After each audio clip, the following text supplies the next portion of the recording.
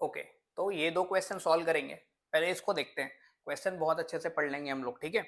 उसके बाद हम लोग आए, हम लोग को पोटेंशियल और करंट के बीच का ग्राफ दिखा, 45 डिग्री देखते ही हम लोग खुश हो गए, स्लोप को 1 लिखने वाले हैं। और बिल्कुल पोटेंशियल वाई एक्सिस में है, करंट एक्स एक्सिस में, तो स्लोप इसका रेजिस्टेंस देगा, मतलब रेजिस्टेंस की वैल्यू हम लोग को कितना दिया हुआ है 1। उसके बाद हम लोग को रेजिस्टिविटी के कैलकुलेशन पर जाना है, लेंथ और डायमीटर दिया है, तो हम लोग रेजिस्टेंस का फॉर्मूला लिखे सीधे rho L by A, resistance 1 हो गया, तो हम लोग को रो के कैलकुलेशन पर जाना है, तो मैं रो को लिख लिया ए बाई एल। एरिया क्या यूज करूंगा, डायमीटर दिया cylindrical wire, area cross sectional ले लिया हम लोग बिल्कुल पाई आर स्क्वायर, और पाई की वैल्यू भी 3.14 लेने बोला है। एरिया रेडियस का स्क्वायर लिखूंगा पाई आर स्क्वायर में, रेडियस कितना, डायमीटर दिया है 2.4, तो उसको मैं लिख लिया 1.2 इंटू 1.2 डायमीटर, रेडियस 1.2 1.2। मीटर में कन्वर्ट करूं कि नहीं, बिल्कुल नहीं करूंगा, क्योंकि हम लोग को जो एक्स कैलकुलेट करना है वहां ध्यान से देखना, ऑलरेडी यूनिट सेंटीमीटर में है, तो मेरे को सेंटीमीटर से मीटर में जाने की जरूरत नहीं है। अब लेंथ में देखा कितना है 31.4, बहुत अच्छा नंबर लिखा हुआ है। इसको भी सेंटीमीटर को मीटर में कन्वर्ट नहीं करूंगा। चलो, तो ये तो 10 बार में कैंसिल हो गया, तो आंसर कितना आ गया 1.2 1.2 हो गया 1.44, और 10 ऊपर जाके 10 टू द पावर -1।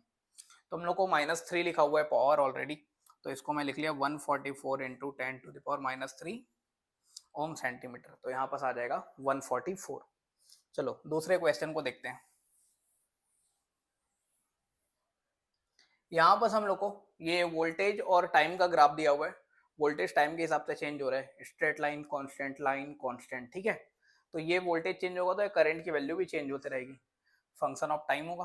तो हम लोग को 3.2 सेकंड पर निकालना है, तो 3.2 सेकंड पर अगर करंट निकालना है तो मेरे को ये वोल्टेज की वैल्यू पता होनी चाहिए 3.2 सेकंड पर।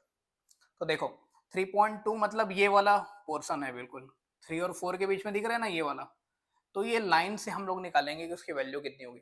तो ये बिल्कुल स्ट्रेट लाइन है, तो स्ट्रेट लाइन का इक्वेशन लिखे y बराबर एम एक्स प्लस सी, वाई एक्सिस में हमारा पोटेंशियल है, स्लोप इस लाइन का स्लोप लिख सकते हैं क्या, देखो y में कितना चेंज हुआ है 10 से 5, मतलब y में 5 का चेंज हुआ, और x में कितने का चेंज हुआ है, यहां से देखो 4 से 3, मतलब 1 का चेंज हुआ है, 10 माइनस 5 4 माइनस 3, तो स्लोप हो गया इसका 5।